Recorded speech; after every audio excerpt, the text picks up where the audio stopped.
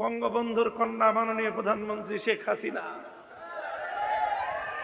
আমি আপনার জন্য মামুনুল হক শাইখুল হাদিসের সন্তান এই যুগে সেই ভূমিকা পালন করতে চাই।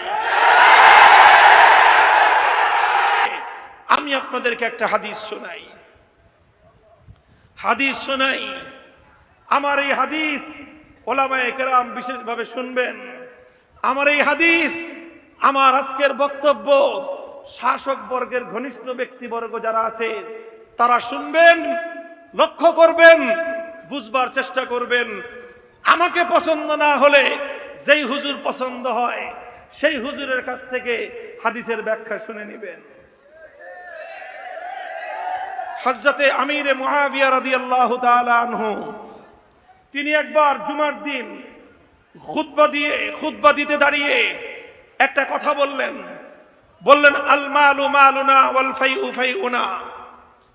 দেখো, এই যে রাজ্য ধনভাণ্ডারের যে মাল, সেটা আমার মাল, আমাদের সম্পদ। এই গনিমত, এটা আমাদের সম্পদ। আমরা যেভাবে ইচ্ছা সেভাবে বন্টন করব। প্রথম জুমায় হযরত আমিরে মুআবিয়া এরকম একটা ঘোষণা দিলেন, সম্পদ আমার, এই রাষ্ট্রীয় ধনভাণ্ডার আমার, আমার যেভাবে ইচ্ছা আমি সেভাবে বন্টন করব। কেউ কোনো কথা বলল না। আমিরে মুআবিয়া জুমার দিন চলে গেলেন। পরের জুমায় তিনি আবার দাঁড়িয়ে গেলেন, আবার একই ঘোষণা দিলেন, আল মালু মালুনা ওয়াল ফাইউ ফাইউনা। রাষ্ট্রীয় ধনভাণ্ডারের মাল, এটা আমার ইচ্ছা, যেভাবে ইচ্ছা সেভাবে বন্টন করব। 2 দিন বললেন, কোনো কথা নাই, কোনো প্রতি উত্তর নাই। আমিরুল মুমিনিন হযরতে মুআবিয়া রাদিয়াল্লাহু আনহু চলে গেলেন। তৃতীয় জুমায় আবার একই কথা বললেন যে আল মালু মালুনা ওয়াল ফাইউ ফাইউনা। এটা তাবরানির মধ্যে এবং মুআজামে তাবরানি, মুসনাদে আবু ইয়ালার মাধ্যমে, সহিহ সনদের মাধ্যমে ঘটনা বর্ণিত।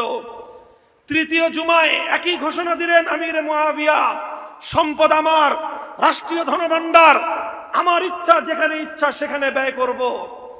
তৃতীয় জুমায় এই কথা বলার সাথে সাথে একজন সাধারণ মুসল্লি দাঁড়ায় গেল, দাঁড়ায় বলল, না, সম্পদ রাষ্ট্রপতি আমিরুল মুমিনিন বাইতুল মালের সম্পদ আপনার একার নয়, রাষ্ট্রীয় ধনভাণ্ডারের সম্পদ আপনার একার নয়।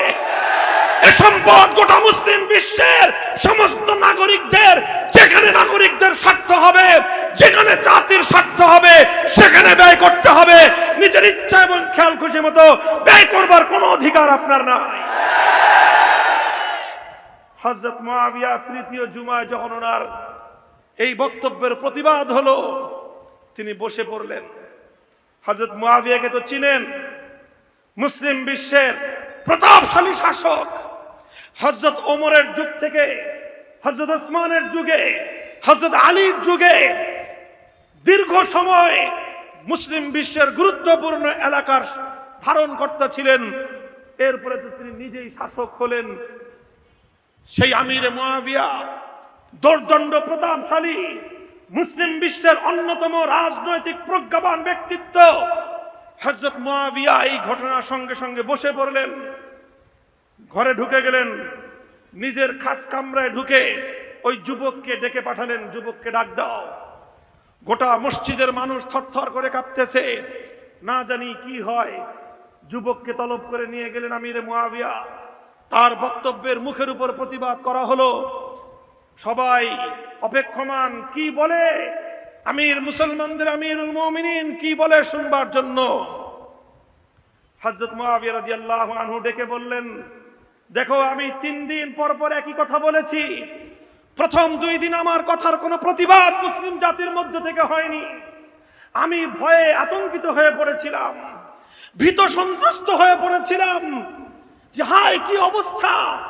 আমার শুধুমাত্র আল্লাহর নবীর এই হাদিস মনে পড়তেছিল যে এমন একটা জাতি আসবে, সে জাতির শাসকরা যখন অন্যায় কথা বলবে, জাতির মধ্য থেকে সে অন্যায় কথার সূত্র দেওয়ার মতো, সেই অন্যায় কথার প্রতিবাদ করবার মতো কোনো লোক হবে না। যখন এই সময় আসবে, সেই শাসক এবং শাসিত, সেই সরকার এবং তার জনগণ আল্লাহ পাক জাহান্নামের মধ্যে শুয়োর আর বানরের লাঞ্ছিত করে ওদেরকে জাহান্নামে নিক্ষেপ করবে।